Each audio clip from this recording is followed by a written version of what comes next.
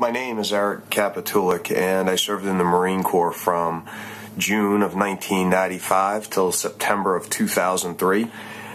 When I left the Marine Corps, I was a major. I was born and raised in North Grosvenor-Dale, Connecticut. It's a little town in northeastern Connecticut, and went to high school there, and then from there attended and graduated from the United States Naval Academy. I always want to challenge myself physically and mentally.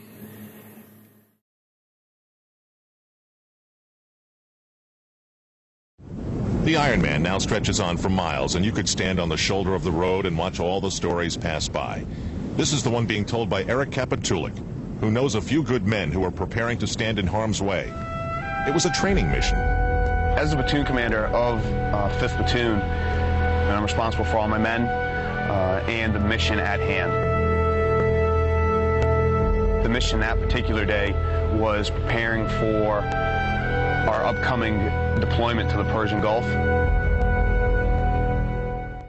On December 9th, 1999, while practicing for our upcoming deployment to the Persian Gulf, the helicopter that myself and 10 of my Marines were riding in struck the side of a ship we were practicing taking over. My Marines and I wore 50 to 75 pounds of gear, weapons, equipment, and ammunition. When the helicopter slammed into the water, we were all knocked unconscious. We woke up underwater with no oxygen in a sinking helicopter, still wearing all of our gear and equipment. I had a compound fractured leg. I pulled myself hand over hand through the sinking helicopter with no idea how to exit from it. On December 9th, 1999, 6 of my 11 Force Recon Marines, 6 of my teammates, were not as fortunate as I. That night, while lying in a ship's hospital bed, I made a commitment to my fallen Marines and teammates that I would attempt to send their children to college one day. The accident and my men who died, I think about them every day. My men made me so proud and everything that they did, because they were a reflection of me. You know, there's no way I can ever repay that friendship. But he'll try. Eric has a series of sponsors and raises money by competing in races like this, so that all the children of those men lost will be able to look forward to college one day. Duty. Honor. Subsequently, I began to compete in the world's most challenging endurance events. Among others, I have completed 8 Ironman triathlons, a 2.4-mile swim, a 112-mile bike ride, and then a marathon. I've competed in the Eco Challenge and other adventure races around the world. I have raced from one side of the Kalahari Desert in South Africa to the other, from the Pacific Ocean across Costa Rica to the Caribbean. I have climbed to the summit of Mount Everest and 4 of the other 7 summits, the tallest peaks on each of the 7 continents. I founded the program because the Marine Corps standards of what it means to be a good team leader, what it means to be a good teammate, weren't being taught outside the Marine Corps. I made a commitment to my teammates to be a good team leader and a good teammate, and to prepare myself every day to fill either role. This is our ethos and that of the program and all of our staff members. And we prepare ourselves by making a commitment to 3 core principles. Number 1, we are physically and mentally tough. Look to the man to your left and the man to your right. Number 2, we don't make excuses and we don't let others make excuses for us. Danny is going to sound off and motivate you.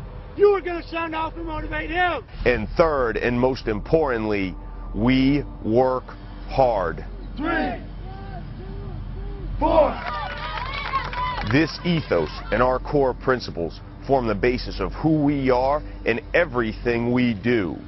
They are the driving force behind all of our athletic and leadership development services. The physical portion of our training is not about getting bigger, faster, or stronger. It's about facing adversity as an individual and, more importantly, as a team. And when you're facing that adversity, then are you being a good team leader? Then are you being a good teammate? How did you connect with the Boston Bruins?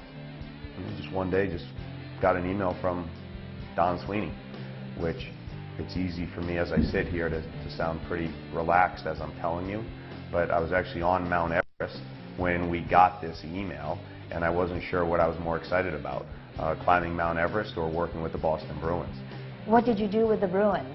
Teams are going to face adversity. They will be mentally and physically challenged. Well, that's what we were hired to do with the Boston Bruins developmental camp.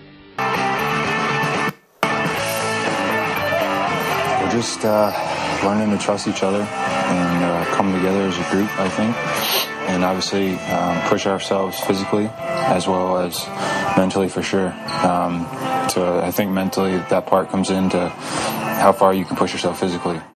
From a leadership development and a personal development side, athletes will tell us, people will tell you all day long what they would do when it's 70 degrees and sunny and there's a slight breeze blowing in off the coast. We don't care about 70 degrees and sunny. We care about what you're going to do when it's going to heck in a handbasket. That's what we care about. Well, you have an opportunity to prove it to yourself and prove it to your teammates at Judgment Day. That's what we did with the Boston Bruins.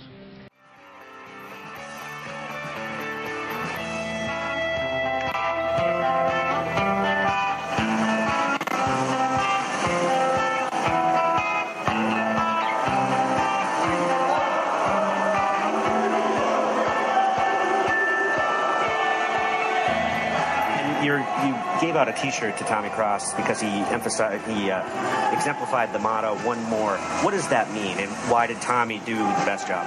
Sure. Well, we gave the shirt to Tommy because he most exemplified all of our ethos and our three core principles, which are we're good team leaders and we're good teammates, and we prepare ourselves every day to fill either role. And the way that we do so is by making a commitment to being mentally and physically tough, not making excuses and not letting others make excuses, and by working hard, by doing one more. Everybody works hard, but who does that and then just one little bit more? There were a bunch of athletes out here who could have received our shirt, but we thought as an organization none more than Tommy Cross.